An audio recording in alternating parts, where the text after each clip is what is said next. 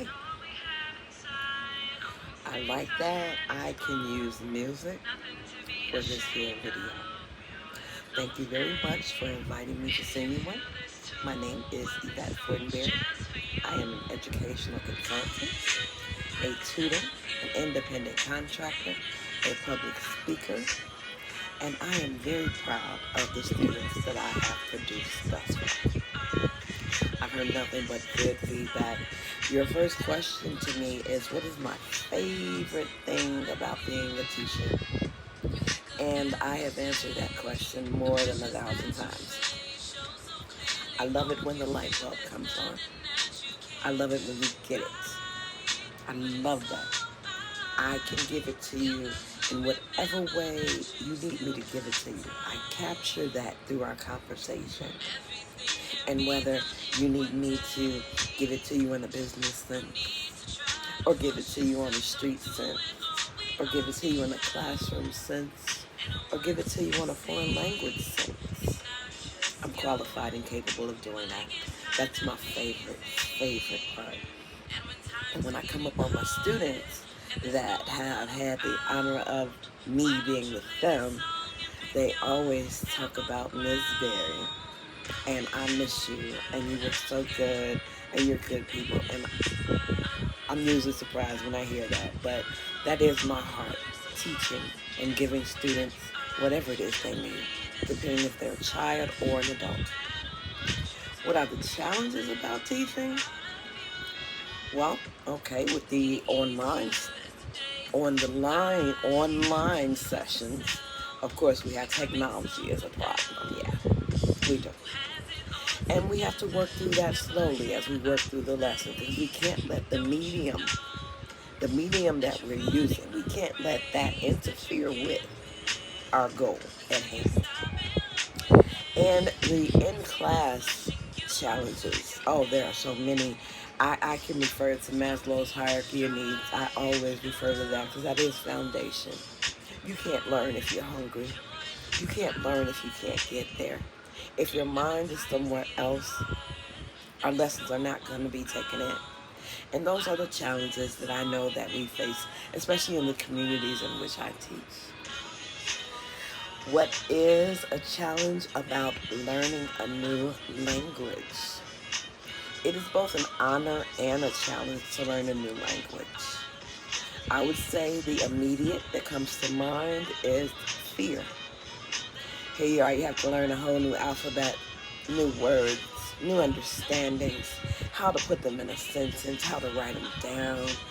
Those are definitely fearful tactics of learning a new language. So whether I am trying to learn Spanish, which I took 2 years of high school, mind you, so I do know a little bit of alphabets, but if you're trying to learn English, there are so many nuances, so many idioms, so many things that have to be taken into perspective for you to get the full understanding of the language that you're trying to learn. So mostly it's fear. I think once you work past the fear, then you'll get to the lesson. Tell you of a time that you made a mistake with a student. I don't think that any of us are perfect, especially that go into teaching. When you go into trying to show someone something that they don't know, you have to break past barriers. And sometimes you may not always know what they are. You might not pick them up. As I say, I pick them up through conversation of how I need to deliver a lesson. I'm not always right. I'm not. But I can go back and correct myself. So let me see. There was a young man in my class, and shy. I'm going to say shy because most people are afraid of public speaking. But once they get comfortable with the teacher in the classroom, they'll open up. But some are still in their shy mode. I understand that. You got all kinds. You got the ones that's going to talk to you, and you got the ones that's going to back up off you. However, I kept getting word that the student had an IEP, which they had a learning disability. Now, that's another conversation for me, because I believe if you take your time with the student, if the student wants to learn and get understanding, there are different ways to deliver it. I'm going to keep the rest of my opinion to myself on that. Anyway, so I asked him to come to my desk after class. And the song that's playing in the background is called I'm So Proud of You. And that's how I started that conversation off years ago. Believe that. Years ago. I'm proud of you. You make it to class every day. You have your equipment, your notes, your pencils, your pens, your computers, whatever it is. And you seem to do the work in my class. Why is it that I have a different opinion of you than the other instructors? What are you doing?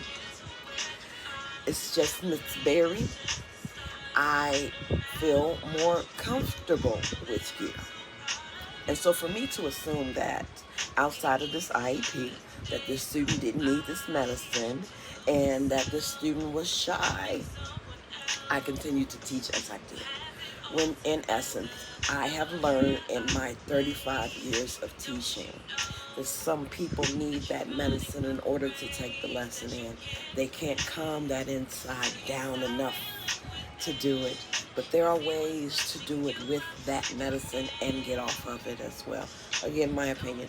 I'm not saying I made the right error because it was clinical and I'm not a doctor and I can't make that call.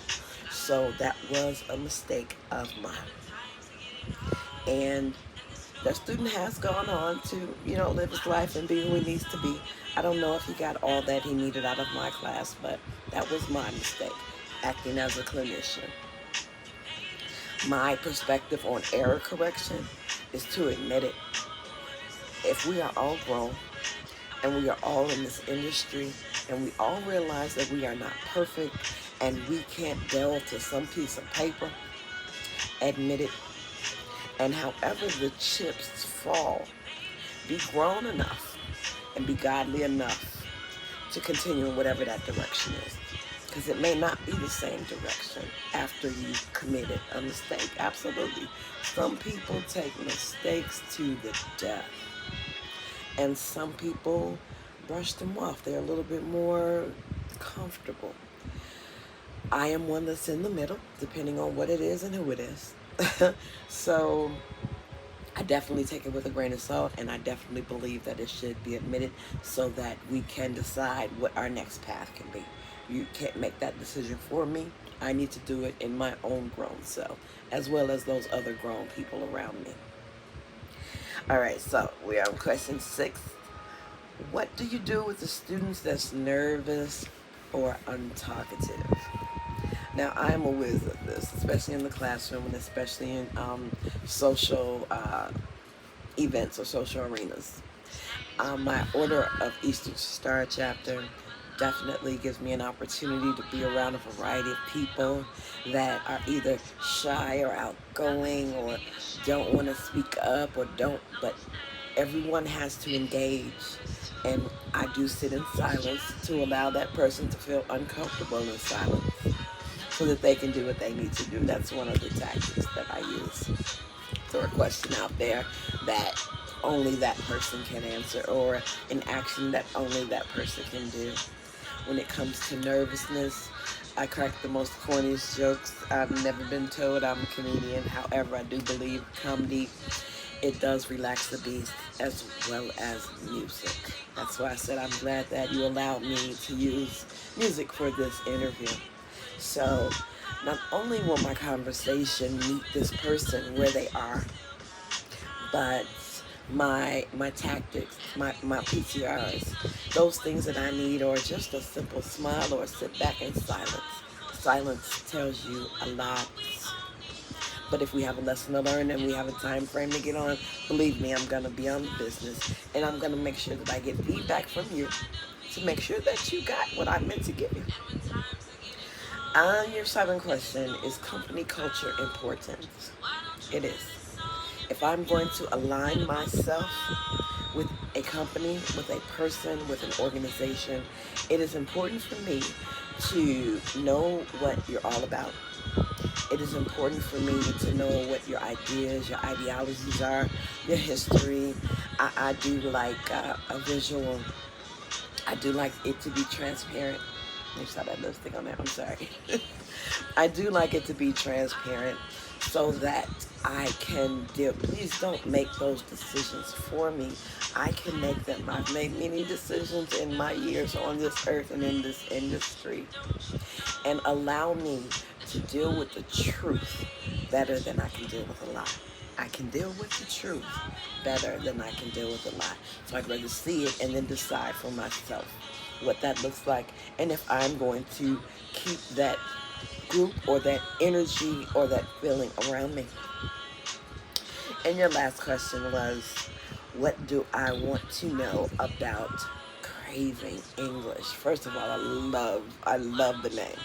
Craving English. When you crave something, oh my God, whether, especially if it's knowledge, that is such a beautiful thing.